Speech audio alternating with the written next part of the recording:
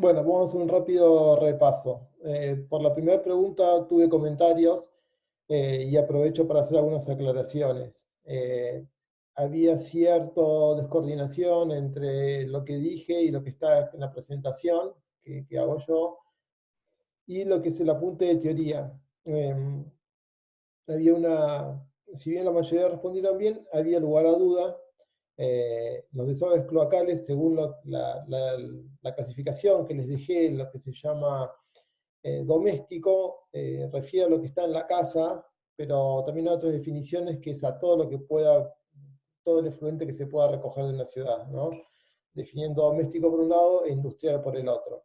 En las definiciones que habíamos dado, a lo que recogía, lo que llegaba a la planta de tratamiento eran las aguas residuales municipales. Doméstico era solamente lo que se generaba en una casa. Y en general esto pasa porque, como yo les dije en los apuntes, no los confeccioné yo, y la idea, los apuntes del tema de aguas residuales son muy extensos. Se hizo una guía, algo corto, como para tener una base.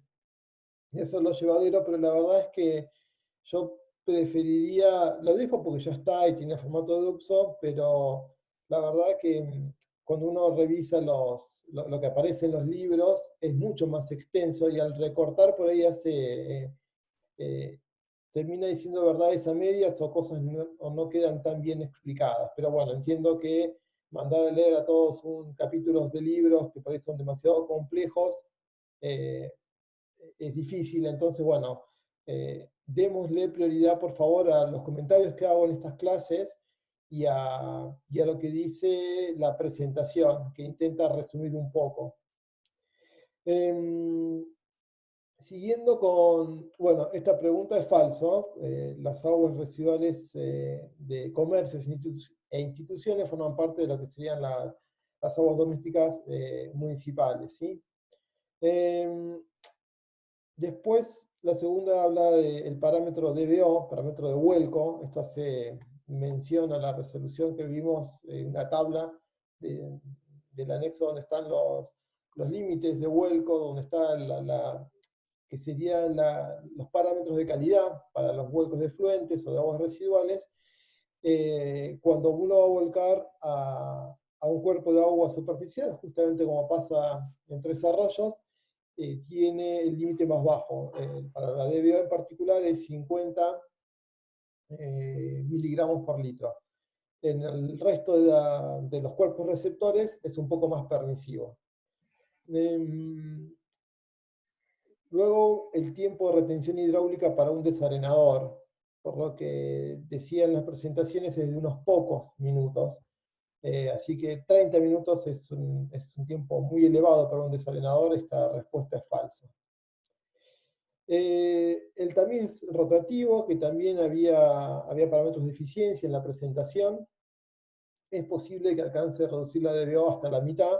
Esto era porque los sólidos que retienen son una alta carga orgánica. Entonces, les comentaba que obviamente el segundo 50% es más difícil de remover y por eso están los tratamientos secundarios que son mucho más complejos que el primario, pero bueno, justamente tienen que hacerse cargo del segundo 50% de la fracción que es un poco más difícil de remover. En, en la pregunta 5 habla cuál de estas funciones no es o cuál de estas afirmaciones no son una función del ecualizador. Y lo que no hace es reducir la carga orgánica. Eso puede hacer todas estas cuestiones de neutralizar los pHs o compensar los picos de materia orgánica a tratar de suavizarlos, que esos picos no sean tan altos. Como vimos que aplana la curva, ahora que está de moda, bueno, un ecualizador aplana las curvas picos que se veían de caudal y de carga orgánica, y obviamente también cualquier inhibidor, como metales pesados, sustancia química, que pueda entrar al pasar por el ecualizador, diluye y justamente como dice su nombre, homogeneiza concentraciones. Pero lo que no puede hacer es reducir carga orgánica. En un sedimentador primario está pensado para remover, como su nombre lo dice, sedimentador, para remover sólidos en suspensión. ¿Qué pasa? Que esos sólidos también son una carga orgánica y por consiguiente se reduce la DBO y la DQO. Pero es una unidad donde lo que más se reduce, lo que se remueve, son sólidos suspendidos, que es para lo cual está diseñado. En un sedimentador primario, la entrada de agua residual se realiza por la canaleta perimetral y la salida se efectúa por el caño central. Esto es exactamente al revés. Entra por el caño central y se va por la canaleta perimetral, como habíamos mostrado en la clase pasada. Y por último, acerca del sistema de flotación por aire disuelto, una de las funciones que decía la presentación es espesar barros activados residuales. En este caso, hoy lo vamos a ver en detalle qué son, pero así como servía para remover algas, también se podían espesar barros activados residuales. Así que este era verdadero.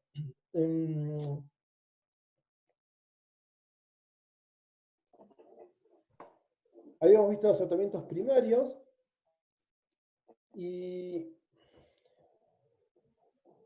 cuando arrancamos a ver de qué se trataba todo esto, vimos una... Ahí estoy luchando con las ventanitas que ustedes no ven. Ahí está. Esta es la secuencia típica de tratamiento primario, secundario y terciario incluso, desinfección y tratamiento de barros.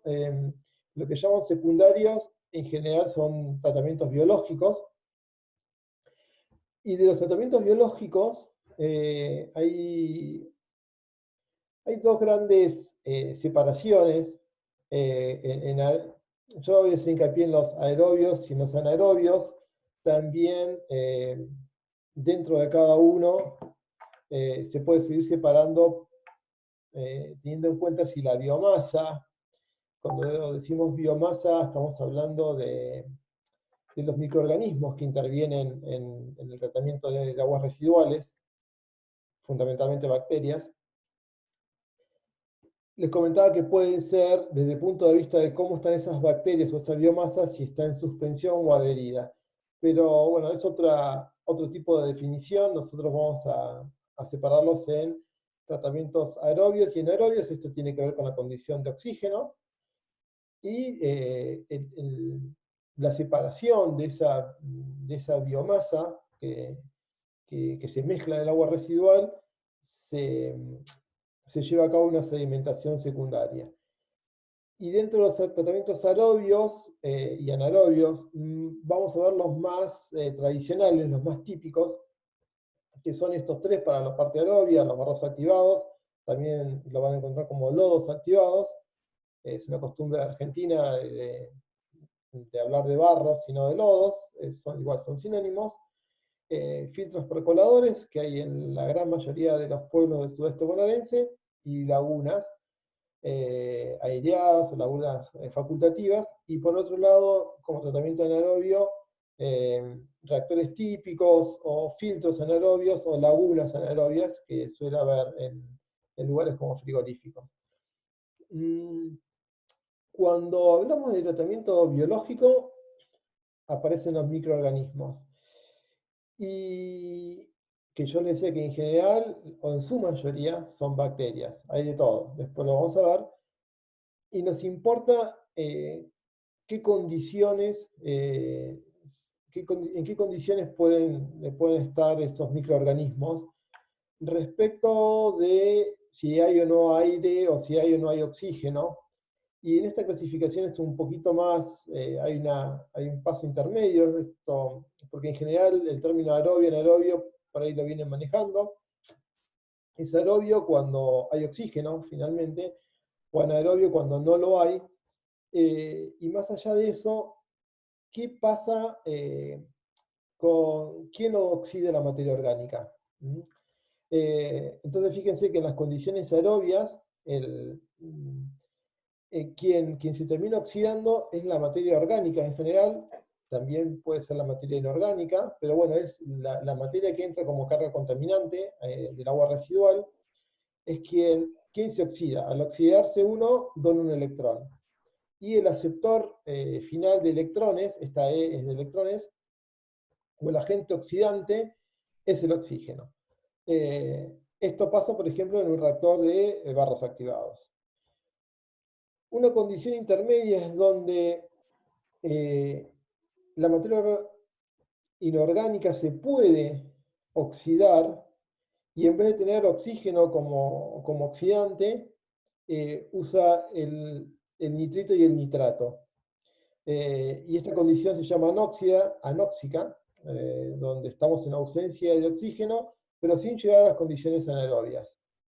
Aquí todavía se puede realizar una oxidación a través del nitrito, que es este NO3, y el nitrato.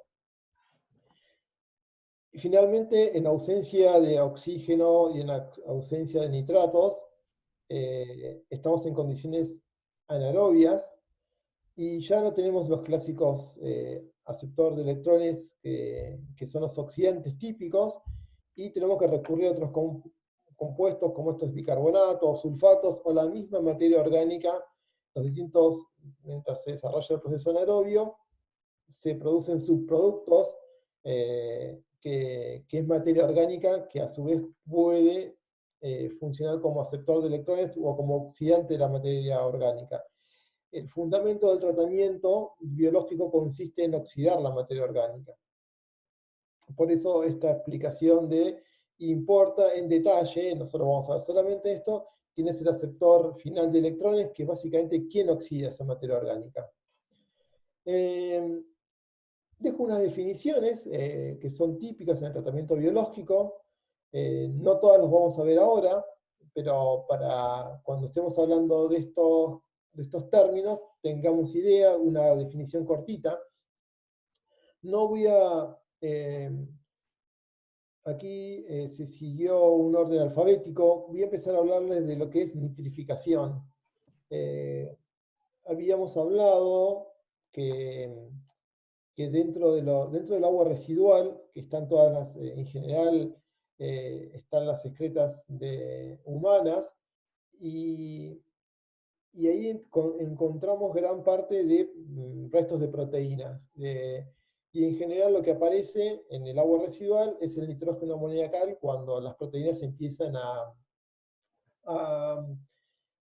en principio, por hidrólisis, cuando se empieza a romper esa molécula, las proteínas es un polímero. Cuando la hidrólisis empieza a romper, a particionar esa molécula, empieza a aparecer el nitrógeno amoniacal. Y el proceso de nitrificación es cuando justamente se oxida ese nitrógeno amoniacal. Durante el tratamiento biológico, en principio, cuando hay oxígeno, se oxida el nitrógeno amoniacal, y cuando se oxida se convierte en nitrito y nitrato. Esta operación, esto se llama nitrificación, este proceso se llama nitrificación. Es la oxidación del nitrógeno amoniacal que está presente en proteína animal, vegetal, humana.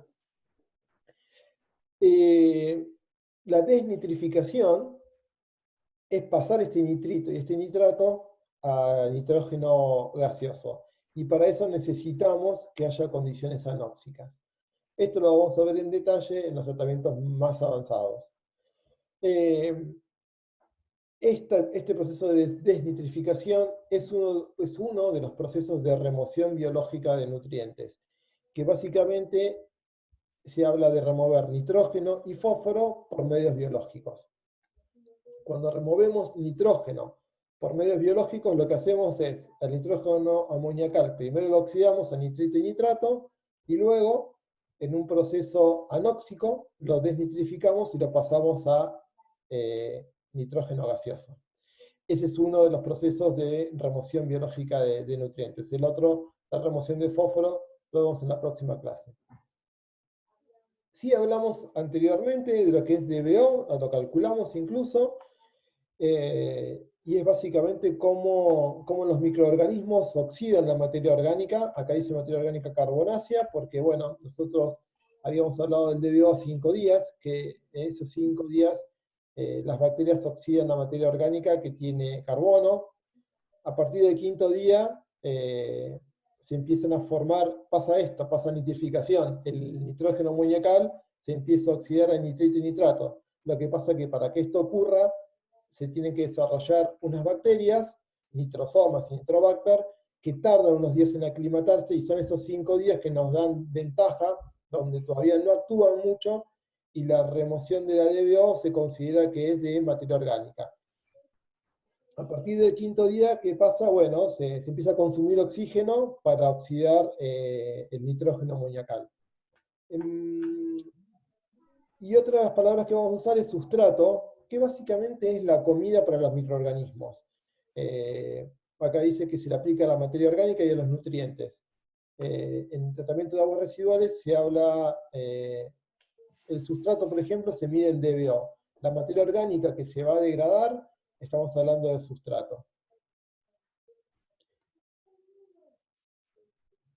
Para resumir cuestiones de tratamiento biológico anaerobio, ¿qué es lo que pasa? La materia orgánica la oxidamos, y en presencia de bacterias, esa materia orgánica pasa a formar parte de nuevas células, porque las bacterias usan la materia orgánica y el oxígeno parte como alimento. Y otra parte se sintetizan o se replican, se crean nuevas células, división celular, esto es como se reproducen las bacterias. Entonces, parte de esta materia orgánica, al servirles de alimento, crea nuevas células, o nuevas bacterias, o nuevos microorganismos, nueva biomasa, todos sinónimos.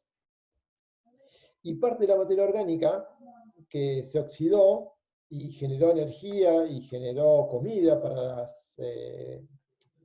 los microorganismos, termina en dióxido de carbono y agua, que son los productos finales cuando se produce la oxidación completa de la materia orgánica. Esa es la idea, que a partir de inyección de aire, oxígeno, y la presencia de microorganismos, principalmente bacterias, lograr que la materia orgánica presente en el agua residual, esto ya materia orgánica finamente particulada, en suspensión, inclusive disuelta, pero lo grueso ya quedó en el pretratamiento y en el tratamiento primario. Esa materia orgánica, que es más fácil de asimilar por las bacterias porque tiene pequeño tamaño, es lo que va a servir de alimento y de energía para las bacterias. Me voy a dar un segundito. Me pregunta Pedro si las bacterias se agregan. En general, en una planta de tratamiento de una ciudad, de una comunidad, de un pueblo, es una cuestión de poner a punto la planta, o que se aclimaten los microorganismos, se van formando, porque ya el agua residual en sí tiene bacterias. Lo que suele pasar es que a veces se comercializan bacterias, porque si uno quiere tratar determinado sustrato, por ejemplo, las aguas residuales que tengan compuestos derivados de la celulosa, la lignina, que son parientes de la madera, por ejemplo, restos de granos o celulosa, cuesta mucho degradarlos, y por ahí esas bacterias no se forman, o tardan mucho, o no tienen las mejores condiciones, porque tienen competencia. Siempre, como pasa en todo el reino animal, hay competencia, y algunas especies se desarrollan más que otras, entonces por ahí sí hay que recurrir a inocular o sembrar bacterias, y se venden bacterias para la industria fermentativa. Usa bacterias para todo tipo, desde hacer yogur, que es lo que uno le viene primero a la cabeza, hasta infinidades de aplicaciones. Y ahí sí a uno tiene la posibilidad de buscar determinada cepa de bacterias para tratar determinados sustratos. En general, es una cuestión de tiempo para que las bacterias se aclimaten y se formen las colonias de bacterias que se necesitan para el tratamiento de agua residual, que tenga que ver con los efluentes cloacales de una comunidad. mm, el- una vez que se produce, en este proceso, el aceptor de electrones, o como ya vimos, lo que oxida es el oxígeno. Luego de esta reacción, el producto, como vimos acá, biomasa heterótrofa, eso significa bichos que no son autónomos, que no se alimentan de la luz solar o el dióxido de carbono, sino que tienen que comer materia orgánica, como nosotros. Y obviamente dióxido de carbono y agua, luego que se oxida totalmente la materia orgánica. Dentro de la biomasa tenemos bacterias, protozoos y rotíferos, que son pequeños bichitos, incluso crustáceos y hasta gusanos. Hacen un ecosistema dentro de los reactores aeróbicos, donde la mayoría por lejos son las bacterias, pero son las más pequeñas. Y los organismos que son un poco más grandes terminan controlando y vamos a ver, tenemos distintas etapas en el proceso de crecimiento de las bacterias y como en toda cadena trófica eh, están los que están por encima en la pirámide, que son los que controlan un poco que no haya el crecimiento de los que están más abajo. Y bueno, como habíamos hablado del sustrato, para nosotros va a ser la materia orgánica. Asumimos que en este caso tiene que ser biodegradable. En esto no funciona el tratamiento biológico aerobio, no funciona para un hidrocarburo, por ejemplo, muy complejo, de cadena larga, que no encontremos microorganismos que puedan partirla. O sustancias inorgánicas que sean inhibidoras, como dijimos, los metales pesados o contaminantes, sustancias químicas muy agresivas, como el amoníaco, el cloro.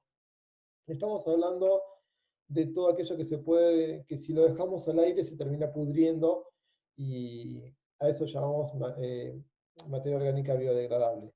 Y la podemos medir como DBO, que ya esto lo venimos haciendo, o también como sólidos suspendidos volátiles. La materia orgánica en general viene como sólido suspendido y en general eh, a menos de 500 grados desaparece todo, por eso estamos hablando de materia orgánica, por eso la B corta de volátil.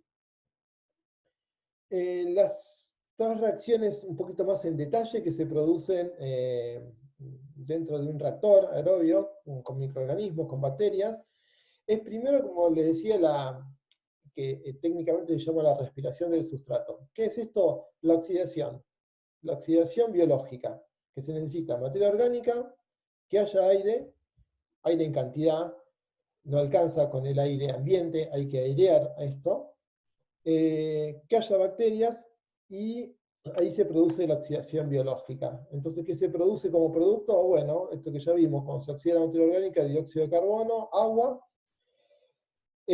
aparece el nitrógeno amoniacal, que esto es porque las aguas residuales tienen proteínas de origen animal, vegetal, humano, y se forma energía que utilizan los microorganismos. Otro proceso que ocurre es la síntesis celular, que es la creación de nuevas bacterias o nueva biomasa. Entonces, con la materia orgánica, el oxígeno y las bacterias que toman esa energía de la oxidación anterior crean nuevas células. El tercer proceso que ocurre es que llega un momento, porque estos bichitos se reproducen muy rápido, llega un momento que el sustrato, la materia orgánica, el alimento, empieza a escasear, entonces lo que se produce es la muerte de las bacterias y la bacteria termina siendo materia orgánica que se va a oxidar dentro de un reactor donde se tratan aguas residuales en forma aerobia, que hay oxidación, que hay inyección de aire. Estas bacterias cuando mueren se terminan oxidando y eso se llama respiración endógena, ocurre la oxidación del material celular de las bacterias, que como toda materia orgánica, al oxidarse termina en Agua, o acá encuentro un error, disculpen, acá faltó agua. Esto no es NH3, esto es, lo voy a corregir y lo voy a cambiar, así no cometemos errores. Pero pasa que cada vez que digo lo voy a hacer luego, uno no lo hace, por lo menos que quede acá y después ya he hecho algunas correcciones. Ahí está. Bueno, la respiración endógena cuando se nos mueren las bacterias. Un resumen de todo lo que necesitan, de lo que necesitamos para que funcione nuestro reactor y que podamos hacer el tratamiento el tratamiento aerobio. Obviamente aceptado de electrones, oxígeno y nitritos y nitrato, macronutrientes, carbono, que esto el carbono, el nitrógeno, fósforo y azufre, todos estos macronutrientes en general vienen con el agua residual. La, en caso que nosotros queramos hacer tratamiento biológico, por ejemplo, en alguna industria donde hay determinados compuestos y falten otros, los macronutrientes o micro que vemos acá abajo que falten, se los vamos a tener que ingresar nosotros al reactor. Va a ser un reactivo más, un insumo más para nuestra planta de tratamiento. Para los efluentes cloacales de una ciudad, en general, con todo lo que se recolecta en el agua residual, hay macro y hay micronutrientes para que las bacterias se puedan desarrollar. Pero si falta alguno de estos esenciales, bueno, va a haber que proveerlos haciendo alguna solución y echándoselos al reactor para que crezcan nuestras bacterias. Y luego, como todo ser vivo, necesita determinadas condiciones para poder sobrevivir y para vivir bien, porque nosotros necesitamos que estos se reproduzcan, porque básicamente nuestra contaminación, nuestro DBO, nuestro sustrato, nuestra materia orgánica, todos sinónimos, terminan en dióxido de carbono y agua por oxidación o en nuevas bacterias que después vamos a ver cómo retiramos. Y entonces necesitamos mucho de estos microorganismos. Y nosotros lo que tenemos que hacer para que esto funcione es estas 4 condiciones ambientales, tratar de que no varíen o que varíen muy despacio. Cuando hablamos de concentración, esto hacemos referencia a que no cambien Estoy viendo que falta menos de un minuto, paro y sigo en el otro.